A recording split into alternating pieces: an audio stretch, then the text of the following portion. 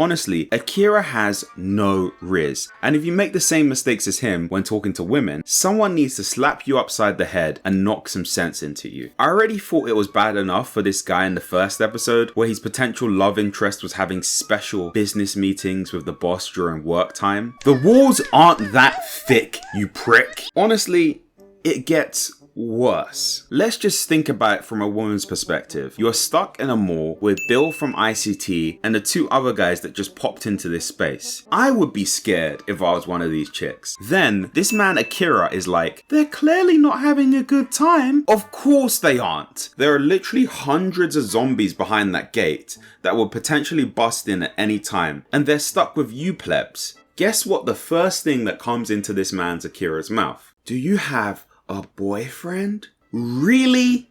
Never do this. It makes you come across as thirsty, and her response was perfect. Are you really asking me that right now? It's like everyone understands this situation besides Akira. Akira's next mistake is taking these interactions way too seriously. He came in all happy, rejoicing that they are whining and dining. Bro, this is barely a picnic, and you guys don't even have grass. And look, I didn't come from money, but even I know this isn't anything like whining and dining. What makes this worse is that he gets all sprung that these girls are flight attendants, which only causes him to be all nervous, which just makes these interactions awkward. Also, what is people's obsessions with flight attendants? Because I've been on planes recently and these motherfuckers piss me off. Sir, do you want water? I'm okay. How about some tea? Nah, I'm not thirsty. But you look tired. How about some coffee? Fuck off. Green tea is helpful with reducing anger.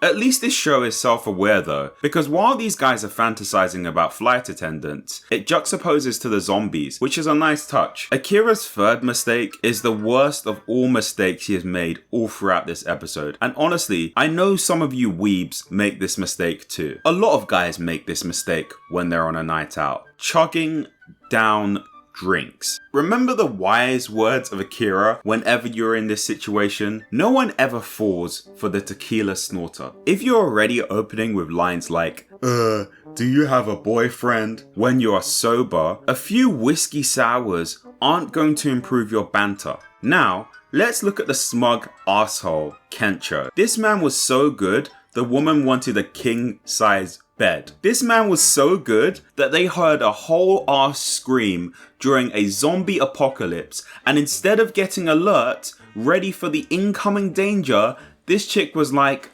I'm ready for round 2. Scratch that. Akira is not the only one with messed up priorities. This chick fully wanted this man to plow her viscous innards after hearing a loud scream during a zombie apocalypse. I'm dead.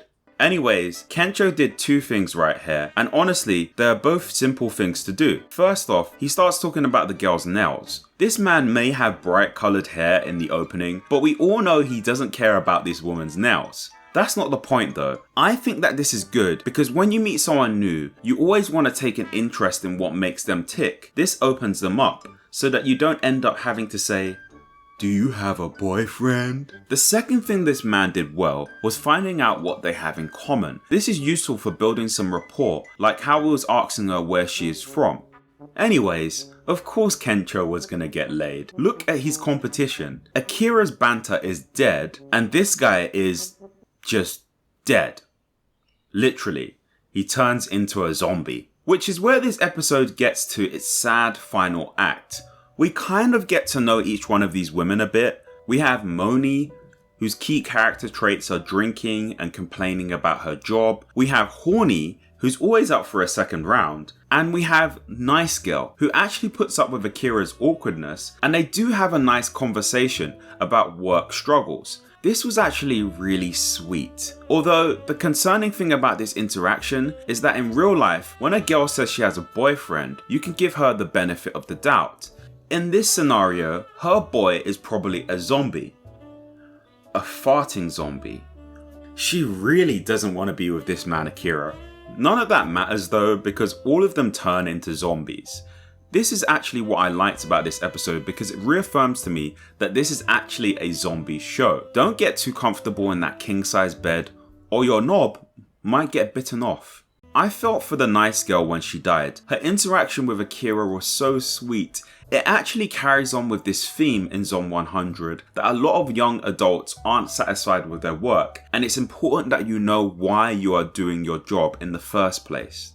Honestly though, I couldn't care less for Horny and Moni, as they were both stupid in their own unique ways.